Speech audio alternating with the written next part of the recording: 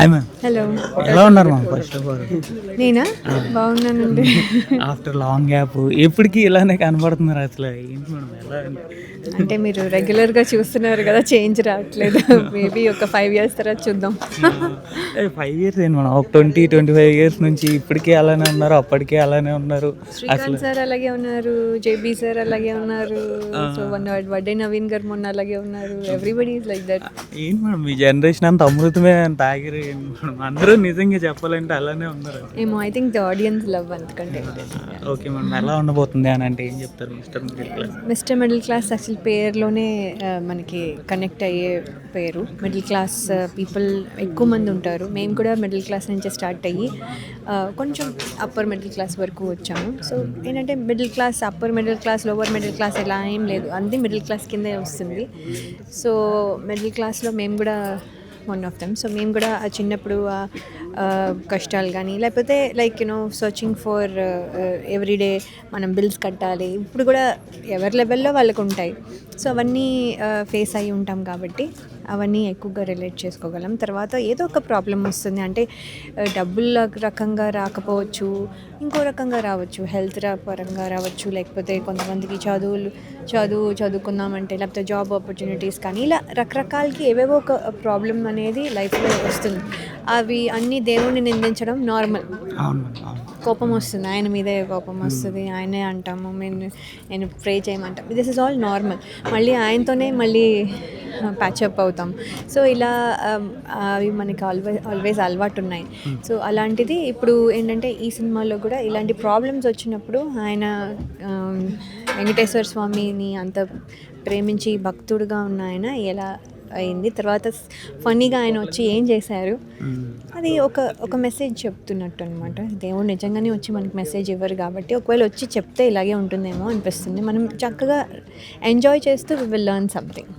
మీరు ఎప్పుడైనా ఇలాంటి ఫేస్ చేశారు మేడం? అంటే ఈ మిడిల్ క్లాస్ లైఫ్ కానీ, అంటే ఎప్పుడైనా దేవుడు కోరుకొని అంటే నాకు ఇలా డబ్బులు కావాలని కానీ ఇలాంటివి ఎప్పుడైనా డెఫినెట్గా అండి.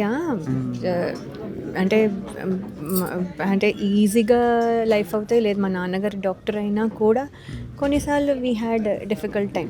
అది అందరికీ ఉంటుంది. అది ఒక ఫేస్లో ఉంది. ఎక్కువగా రోజంతా ప్రతిసారి లేకపోయినా ఒక ఫేస్ అవుతే మేము కూడా ఫేస్ చేసాం. ఒక 5 రూపీస్ పెట్టి మ్యాగీ నూడిల్స్ కొనుక్కోవాలంటే ఇబ్బంది పడిన రోజులు కూడా ఉన్నాయి కొన్నిసార్లు. ఫర్ వాట్ ఎవర్ రీజన్ ఆయన చదువుకోవడానికి వెళ్ళారు. మా నాన్నగారు చదువుకోవడానికి వెళ్ళినప్పుడు మాకు కొంచెం అలా అయింది. But that is temporary. మళ్ళీ మేము మామూలుగానే ఉన్నాం. కానీ ఆ ఫేజ్ ఏదైతే ఉందో మేము కూడా ఫేస్ చేస్తాం. సో మేము అవన్నీ ఫేస్ చేసి వచ్చినప్పుడు ఇది అందుకనే రిలేట్ చేసుకోగలం. చాలామంది మా అలాగే రిలేట్ చేసుకోగలరు. ఓకే మేడం, అంటే ఒకప్పుడు స్టోరీస్ చూసుకుంటే ఎక్కువ ఎలాంటి స్టోరీసే ఉండేవి. అలాంటిది ఇప్పుడున్న జనరేషన్లో అలాంటివి రావట్లేదు. ఇలాంటి స్టోరీ ఎందుకు అని అంటే ఏం చెప్తారు? అంటే సినిమా చూసేవాళ్ళు మా జనరేషన్ అండ్ మా పైన జనరేషన్ వాళ్ళు ఎవరు సినిమా థియేటర్కి రావట్లేదని నా ఫీలింగ్. చూసే బ్యాచ్ అందరికీ ఇవి వాళ్ళ ప్రిఫరెన్స్ కాదేమో అనిపిస్తుంది. కానీ నేనేమంటానంటే వాళ్ళు కూడా చూస్తే వాళ్ళకి లైఫ్లో అసలు ఏమేమి ఉంటాయి అనేది కూడా తెలుస్తుంది. 1వ తారీఖున ఒక సినిమా వస్తే అసలు 1వ తారీఖు కష్టాలు ఏంటో అసలు ఐ డోంట్ నో. ఇప్పుడు జనరేషన్ వాళ్ళకి తెలుసో లేదో అసలు. అంటే తెలిసినా వాళ్ళు రిలేట్ అవ్వగలరో లేదో, వాళ్ళు ఎలా ఉందో మరి. సో నాకేమనిపిస్తుందంటే, సో ఇలాంటివన్నీ there are so many things వాళ్ళకి తెలీదు అని అనిపిస్తుంది. సో అందుకని ప్రాబబ్లీ రిలేట్ అవ్వలేకపోతున్నారు. చూడటానికి కష్టంగా అనిపించవచ్చు. సో మా జనరేషన్ అండ్ అబవ్ వాళ్ళు రావట్లేదు. యంగర్ జనరేషన్ ఏమో మేబీ వాళ్ళ చాయిసెస్ వేరేగా అయిపోయాయి అనమాట. కానీ మనం కూడా అలవాటు చేస్తూ ఉంటే వాళ్ళు కూడా చూస్తారన్న ఫీలింగ్ వస్తుంది. After long gap A type of characters చేయడానికి మీకు బాగా ఇంట్రెస్ట్ అంటే? ఎనీ క్యారెక్టర్స్ అండి. ఇప్పుడు అదే అంటే మెయిన్ లీడ్ అనే కాదు, ప్రస్తుతానికి అయితే మీరు చూస్తే back to back main lead చేస్తూ ఉన్నాను. కానీ అలానే అదే చేయాలని ఏం లేదు. కానీ ఏ సినిమా చేసినా నా క్యారెక్టర్కి ఒక ఇంపార్టెన్స్ ఉండాలి. క్యారెక్టర్ ఆర్టిస్ట్ అయినా పర్లేదు కానీ, బట్ ఆ క్యారెక్టర్ మనం బయటికి వెళ్ళేటప్పుడు ఆ క్యారెక్టర్ గురించి చెప్పుకునేలాగా ఉండాలి. ఊరికనే ఒక సీను 2 సీను అవుతే దానివల్ల ఎవరు గుర్తుపెట్టుకోలేరు. దానివల్ల చేసినందుకు నాకు కూడా ఒక సాటిస్ఫాక్షన్ రాదు. సో అలా కాకుండా ఎనీథింగ్ అది ఇంపాక్ట్ఫుల్గా ఉండే ఏ రోల్ అయినా పర్లేదు. మళ్ళీ మీ సినిమా ఒకటి రిలీజ్ చేయాలంటే ఏ సినిమా చేయాలని?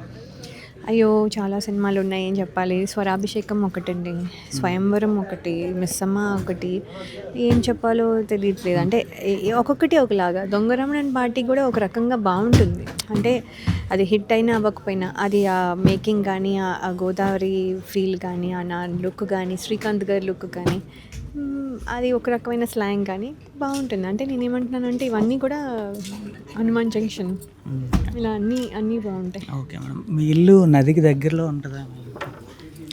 మా ఇల్లా లేదే. ఎందుకంటే లోటస్ పూస్ అక్కడే ఉంటాయి, లోటస్ ఫ్లవర్స్ అనేది. ఓహో, నేను లోటస్ అంటారా? Okay, thank you. లేదు కానీ నేను లోటస్ అనేది తీసుకుంటాను. Thank you. థ్యాంక్